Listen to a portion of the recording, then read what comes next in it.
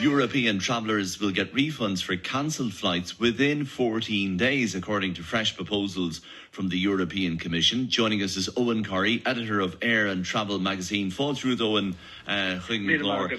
In 2020, people might remember passengers struggled, didn't they, to identify who to contact for reimbursements, with airlines and travel companies pointing the finger at each other, basically. Do you think this will prevent that happening again? Yeah, it's pretty much based on that. It's a bit of a liquor with all sorts of legislation. It's proposed legislation. It has to go through a few hurdles before it's actually implemented. But I think it's really trying to make it very, very clear to consumers, because we've very strong consumer legislation against airlines to make sure that you get your money back with a direct booking from an airline. We have a package holiday directive that came in 2015, but all of this unravelled fairly quickly during the pandemic. And it's also been affected by airline failures. I mean, we've had eight major ones this year, one in Sweden in the next few days.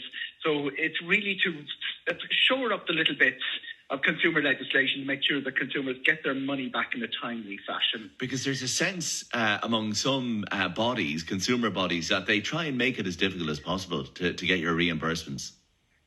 Because it is a difficult process. I mean, travel is quite, you can have 5 or 6 parties between you and the supplier by the time you get to the hotel or the transfer to the hotel. It's not just about the airlines. So this is really, the person who takes the money is given the entitlement to get the money back. That's a pretty important part, because during the pandemic, travel agents who had taken money from clients, passed it on to suppliers, had huge difficulty getting it back from the suppliers, not just airlines, but some cases cruise lines, things like that. Mm-hmm. And really, when things started going wrong, they went wrong in a very, very big way. Yeah, and it stings among passengers and consumers. But in the last 2 years or so, Eoghan, things have improved, haven't they, with refunds from airlines, for example? If you're booking directly with the airline, especially. It's very, very interesting during the pandemic. The whole system of getting the money, issuing the ticket, getting you that PNR, that magic little code with 6 letters on it and numbers, to get that, everything was automated. When it comes to refunds, it couldn't be automated. A human eye had to be passed over the refund process. When things went wrong in March of 2020, there weren't enough people to cast an eye over it. So airlines ran up with this huge backlog. Very interesting. Ryanair, who are, they're about 70% of the traffic off the island at this stage. They were probably worst in class at the beginning and became one of the best in class because they invested heavily getting a process where everybody got their money back within 48 hours. But they also did something very interesting. They decided that they would only refund the customer. So the intermediaries that they started, people who booked through a third party, found that they couldn't get the money back. Ryanair was saying that we're not going to give the money to anybody in between.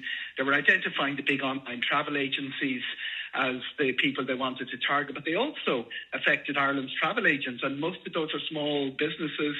You're talking about travel agents in the towns of Ireland like Fahey's and Galway and Mannings and Kilkenny, 4th generation, started off selling one-way tickets to America. They were all caught with this cash flow crisis because they couldn't get money back from suppliers. Now, as I say, not just airlines. Now, what they have been given out of the legislation is a guarantee that the suppliers must give it back to the agent within 7 days, and then it goes back to the client within 14 days. Looks very good on paper. Mm-hmm. I do think there will be problems to be ironed out before it can actually... As you say, they'll be teased out as the proposals, the legislation goes through the various stages. I think an awful lot of people will welcome the new proposals if they get through, Eoghan, from the Commission, because of the new protections for travellers with disabilities. There's a very strong provision in there that people with disabilities have to be looked at. And now sort of a thing of wheelchair people getting to the airport and people with the mobility issues getting to the airport. That's improved massively.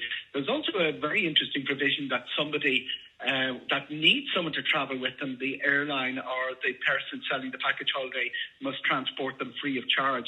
I'd be very interested to see how that's tested out. Is the burden of proof on the airline, or is the proof on the passenger, because it does leave the sort of discrepancies that we saw with, for instance, support animals in America, where people started bringing all sorts of support animals on flights. Yeah. It'll be an interesting one as it's teased out, Cormac. It certainly will, and it will be good news for an awful lot of people if it makes it sees the light of day, as they say. Eoghan Corry, editor of Air and Travel magazine. Always Thank you very a great much pleasure, indeed. Cormac. Thank you.